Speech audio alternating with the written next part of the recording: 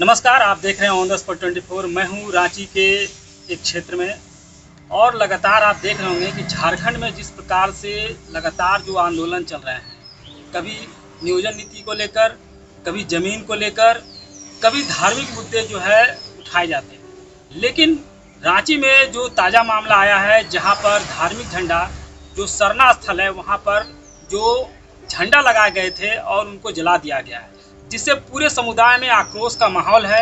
और कह सकते हैं कि इस मुद्दे को लेकर के जो रांची के घुमकुड़िया स्थल है वहां पर वाहनों के द्वारा बैठक की गई। बैठक करने के बाद काफ़ी आक्रोश में देखे गए और साफ तौर पर कहना था कि आदिवासी समुदाय शांत स्वभाव के हैं, उनको छेड़ा नहीं जाए। नहीं तो छेड़ने के बाद जिस प्रकार से घटना को अंजाम दिया गया है, उससे भी ज़्यादा कह सकते हैं कि हिंसा रांची में देखने को मिल सकती है। हम इसी मुद्दे को लेकर के हमारे बीच बैठे हैं आदिवासी जन परिषद के नेता प्रेम साही मुंडा। हम उनसे सीधे जानते हैं कि जो धार्मिक झंडा जलाए गए हैं, इनके ऊपर क्या इनको कहना है। सबसे पहले ऑन द स्पॉट पर स्वागत है। ये बताइए सर कि जो झंडा धार्मिक झंडा सरना का जो होता है वो जलाया गया है, पूरा आदिवासी समुदाय में आक्रोश का माहौल है, क्या पहली प्रतिक्रिया होगी?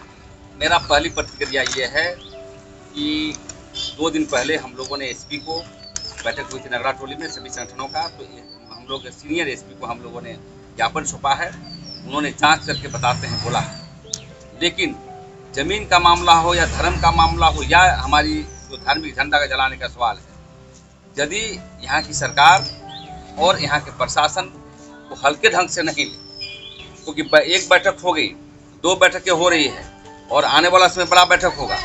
यदि हमारी जो धार्मिक झंडा को हटाया गया या जलाया गया, ये एक जगह नहीं, मैंने देखा कि बड़गांव में भी जो खाता नंबर 239 में भी हम लोग गा रहे थे, हमारे पान को गा रहे थे, उसको भी हटा दिया गया। और देख रहे हैं कि हमारा एसएन यादव के जो हॉस्पिटल के बगल में जो हमारा मोराबादी मौजा के अंतर्गत आता है, वहाँ पर भी जला दिया सुनने में आता है। तो हम लोगों ने देखा है कि 2 दिन तक हम इंतजार करेंगे। 2 दिन तक झंडा जलने पर जो भी जलाया गया है उस पर यदि गिरफ्तारी यदि नहीं तत्काल प्रभाव से नहीं होता है तो जन आंदोलन तेज करने का काम करते हैं। क्योंकि हम लोग सांप्रदायिक, हम लोग आदिवासी शांत स्वभाव के होते हैं, लेकिन ज़्यादा सर से ऊंचा पानी हो जाएगा तो किसी कीमत में कोई भी रहे बर्दाश्त हम नहीं करेंगे। सवाल ये है कि जो झंडा जलाया गया, क्या लगता है कि किन लोगों का हाथ है? क्योंकि धार्मिक झंडा जलाना एक प्रकार से जघन्य अपराध है, चाहे किसी भी धर्म का हो। लेकिन झंडा जलाने के बाद जिस प्रकार से आदिवासी समुदाय में आक्रोश है और शासन और प्रशासन के द्वारा जो टाइम दिया गया था उसके बाद कार्रवाई नहीं हुई, क्या कहेंगे? देखिए, टाइम आज तक दिया गया था, आज के बाद हम लोग कार्रवाई करेंगे। लेकिन झंडा किसी का भी हो, चाहे कोई भी धर्म का हो, हमारा धर्म का भी हो, लेकिन हम देख रहे हैं कि झंडा हटाने में सबसे बड़ा जो माफिया तत्व होता है, माफिया ज़मीन पर नज़र रखता है, हमारी धन संपत्ति पर रहता है। यदि झंडा गाड़ते हैं तो उखाड़ता है। तो हम ये कहेंगे कि झंडा उखाड़ना जलाना यदि माफिया तत्व भी हुआ, जो कितनी भी बड़ी ताकत का आदमी होगा, यदि उसको गिरफ्तार नहीं करता है और संज्ञान में नहीं लेती है तो सही में झारखंड में एक बड़ा उलगुलान आदिवासियों के धर्म संस्कृति पर होगा। इसकी हम लोग रणनीति तैयार कर रहे हैं। आने वाला समय में देख लीजिएगा कि एक नया आंदोलन देखने को मिला है, क्योंकि देख रहे हैं कि कई महीनों से हम देख रहे हैं कि यहाँ झंडा उखाड़ा गया, कभी बड़गांव में उखाड़ा गया, कभी दलादली चौक में उखाड़ा गया, कभी ठाकुरगांव में उखाड़ा गया। वहाँ तो पहना इनको उसको घिसिया के ले जा रहा था, बताइए। तो इस तरह का ये हमें स्पष्ट पता चलता है कि आदिवासियों पर हमला जोर हो गया है।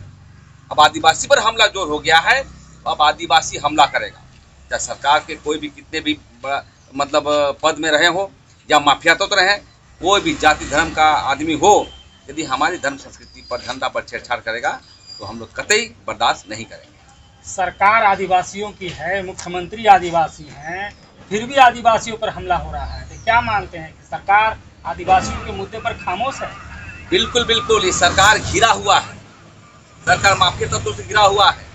आदिवासी जरूर है, आदिवासी हितों के लिए काम नहीं करती है, जमीन बचाने का काम नहीं करती है, हमारी धर्म संस्कृति के लिए काम नहीं करती है। आप देखते होंगे हाल के दिनों में मारांगबुरु जो पारसनाथ पहाड़ है, वहाँ भी पूरे देश के लोग कब्जा करना चाह रहे हैं। वो हमारा देवता है, हमारा जमीन है, हमारा देवता वहाँ बसता है। आज देखना हमारे झंडा पर प्रहार हो रहा है। जहाँ तक मुख्यमंत्री की बात है, आदिवासी चाहे गैर आदिवासी हो, यदि आप आदिवासी हितों के लिए काम नहीं करते हैं, हमारी धर्म संस्कृति का आप रक्षा नहीं करते हैं, तो ऐसे मुख्यमंत्री इस्तीफा दे देना चाहिए। ये बताइए कि झारखंड में जमीन के लिए, आदिवासियों की रक्षा के लिए बहुत सारे कानून है, CNT है, SPT है, लेकिन फिर भी जो है जमीन को लूटा जा रहा है। क्या मानते हैं, जब तक घिसरघाट नहीं होगा तब तक जमीन किसी प्रकार का कोई जो है ट्रांसफर नहीं होता है। तो क्या लगता है कि आदिवासी समूह में भी जो कुछ लोग हैं जो माफियाओं से मिली भगत रखते हैं? देखिए, मैं कहता हूँ सबसे बड़ा दोषी सरकार है। सरकार इसलिए, माफिया तत्व तो मिले ही रहते हैं। माफिया का कोई जात नहीं है, आदिवासी भी हो सकते हैं, गैर आदिवासी भी हो सकते हैं, लुटेरे भी हो सकते हैं। कहने का मतलब सरकार को चाहिए, रूल ऑफ लॉ जो है, हमारे लोग गए ACR कोर्ट में 4,500 दखल दहानी का आदेश होने के बावजूद भी लंबित है। सरकार को नहीं चाहिए विशेष टास्क फोर्स बना करके उसको कहता कि बुलडोजर चलाओ, जितने भी आदिवासी जमीन में बिल्डिंग बना है बुलडोजर चलाओ। लेकिन आज तक मुख्यमंत्री ने आदेश नहीं दिया। आप विधानसभा का कमेटी में भी बहसें होती हैं, STS एक माननीय हमारे क्या सोरेन है, चंपई सोरेन, उनको चेयरमैन बना के रखा है, लेकिन उसका अभी तक जो निराकरण नहीं हो रहा है। हमें तो लगता है कि एक बार फिर बिरसा मुंडा सिद्धू कानू के तर्ज पर एक फिर उलगुलाने की जरूरत है, क्योंकि हथियार बंद के साथ आएंगे, तीर धनुष के साथ आएंगे और घर चढ़ के हम लोग कब्जा करने का काम करेंगे। सवाल ये है कि जो रांची में घटनाएं हुई, 4-5 जगहों पर झंडा जलाया गया, झंडा जलाने का जो असामाजिक तत्वों के द्वारा जो उद्देश्य है, क्योंकि झंडा जलाना एक प्रकार से धार्मिक उन्माद पैदा करना है, तो क्या लगता है कि समुदाय में हिंसा का प्रारूप तैयार हो रहा है? नहीं, हिंसा का, हम लोग हिंसक आदमी नहीं है। आदिवासी को देख रहे हैं, हम कभी सांप्रदायिक हुए ही नहीं। आदिवासी का पर्व त्योहार देखिए, शांत स्वभाव से नाचते हैं, गाते हैं। लेकिन जो अन्य लोग, जो माफिया लोग जो हमको हमला कर रहा है, तो हम बचने के लिए कुछ नहीं करें क्या? रूल ऑफ लॉ हम लोगों ने आवेदन दिया है। सरकार यदि माफिया तत्व को समर्थन करेगी तो यहाँ पर निश्चित रूप से खूनी संघर्ष का ऐलान हो रहा है, और खूनी संघर्ष से ही आदिवासी जीता है। ज़्यादा हमला करोगे आदिवासी पर तो खूनी संघर्ष करेगा, इसकी जवाबदेही सरकार का होगा, प्रशासन का होगा। एक सवाल ये भी उठता है कि रांची जो है आदिवासी बहुल इलाका है और भारी संख्या में आदिवासी लोग रहते हैं, उसके बावजूद जो है सरना झंडा को जला देना, क्या लगता है किनका हाथ हो सकता है? देखिए, अब जांच का विषय है, जांच हो रहा है। देश की संविधान को हम लोग भी मानते हैं, यहाँ के नियम कानून को भी मानते हैं। हम लोगों ने आवेदन दिया जांच करने के लिए यहाँ के सीनियर SP को, वो जांच पे पता करे कि कौन किया, उसके फुटेज है, CCTV है, और हम तो ऐलान करेंगे आपके माध्यम से कि अविलंब 2-3 दिन के अंदर में यदि गिरफ्तारी नहीं होता है तो फिर अब उनकी नदियाँ बहेगी कि क्या बहेगी, खूनी संघर्ष होगी, वो प्रशासन दोषी होगा, सरकार दोषी। लास्ट सवाल है, आप आदिवासियों के नेता हैं, अपना संगठन चलाते हैं, अगर सरकार और प्रशासन 2-3 दिनों में कार्रवाई नहीं कर पाती तो आगे आपका क्या प्लान होगा और क्या कहना चाहेंगे? हम यही कहना चाहेंगे कि पूरे राज्य के, अभी हम लोग बैठक किया, सभी संगठन को बैठ के बुलाएंगे, और हमें लगता है कि ये रांची ही नहीं, राज्यव्यापी आंदोलन का रूपरेखा तय करके आंदोलन का तेज करेंगे। चलिए, ये थे प्रेम शाही मुंडा, जो आदिवासी जन परिषद के नेता हैं और अपना संगठन चलाते हैं।